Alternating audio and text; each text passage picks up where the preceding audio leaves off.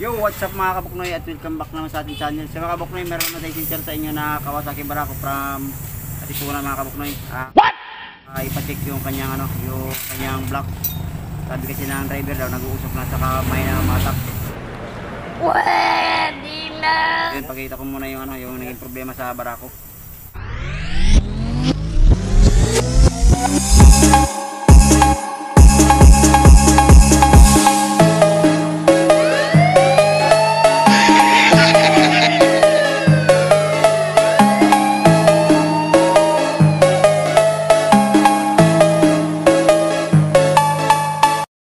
So mga kabuknoy, ito na yung gagawin natin na Barako. So dinala sa atin. So ang sabi sa akin ng driver na yung may-ari nagdala sa atin, sabi ng driver na umuusok daw to yung makina niya at saka may humatak.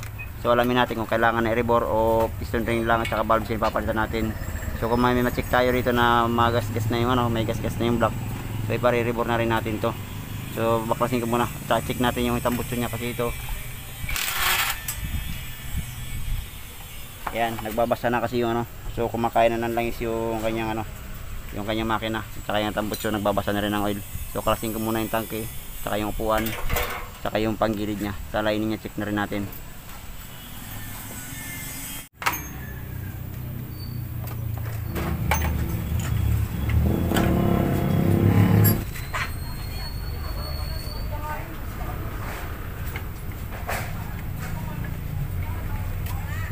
Siyang guys, napansin ko dito sa kanyang makina, wala na siyang oil.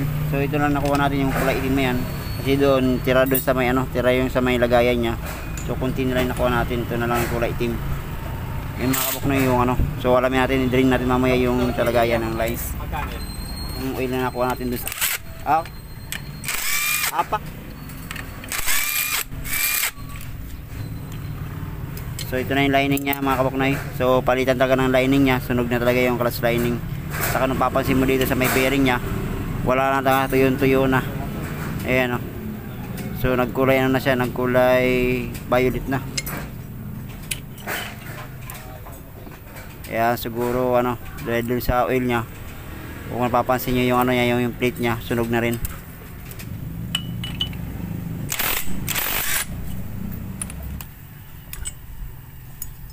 Siyang guys, kung napapansin nyo, iba na yung kulay ng yung clutch hub nya dahil wala nga tayong oil na nakuha dun sa kanyang makina. So tuyo na. So ito na yung clutch housing nya mga kabuknoy. Ayan, tuyo talaga sa may nya bandang clutch housing. Wala siyang oil na nakuha.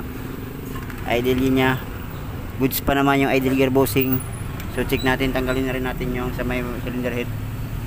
Ayan, kalasin na natin yan para ma-check natin yung block nya kung hindi siya kumayod dahil na wala na nga oil na tayo nakuha dun sa kanyang makina. Siyang guys, nakakalas ko na yung cover dito sa may kanyang cylinder head. So tanggalin natin yung timing gear. Yan. Sama niya lahat palang nito. Alam na.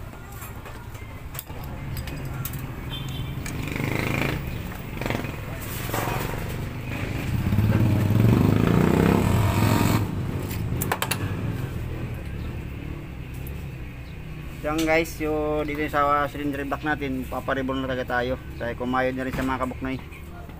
Ayan So nagkaroon na ng mga kamot. May tama na? Meron na. So ang gagawin natin, rin natin para ma-check natin kung gaano pa karami yung langis. Yan guys, i-drain natin yung i-drain natin sa may drain plug nya. Kaya natin kung gaano karami pa yung langis bukod dito sa nakuha natin. Yan. So drain muna natin.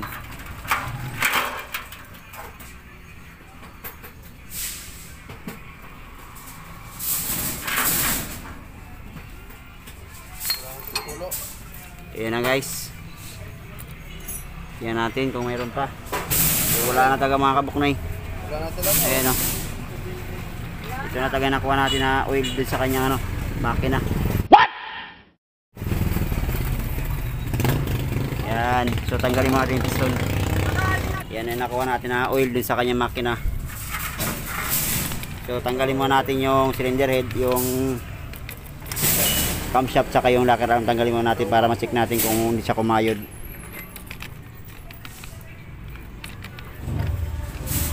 So yan guys, ito na yung ano natin, yung gagawin natin dito sa barako, na ito yung oil na lang nakuha natin. Ayan, kahit ako muna mga kapatid. Ito na yung oil na nakuha natin dito sa kanyang makina. Ayan o. So ang gagawin natin dito, paparibor na tayo kasi yung block nya kumayod na dun sa kanyang piston. Ayan. So tsaka yung kanyang lining. Ito na yung lining nya. Talagang ano na, sunog-sunog. So tsaka yung bearing na ano, camshaft bearing, papalitan rin tayo mga kabuknoy. Tsaka yung chain guide, dalawa na yung papalitan natin. Clutch housing, goods pa naman. Yun lang mga kabuknoy yung gagawin natin dito sa barako. Rebore, lining, tsaka yung bearing sa may camshaft. So papalit tayo. So paribor muna natin mga kabuknoy yung cylinder block. 1 hour later. So yan guys, paribor na natin. Ayan, yung bore 59 original na kinabit natin na piston kit.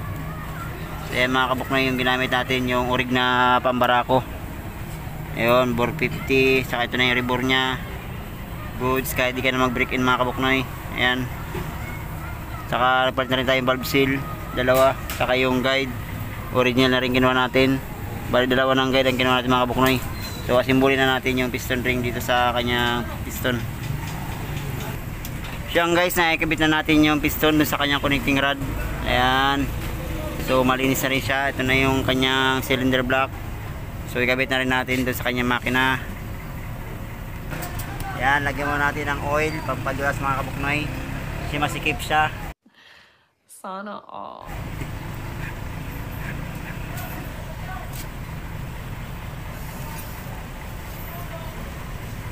Diba? Oops, no?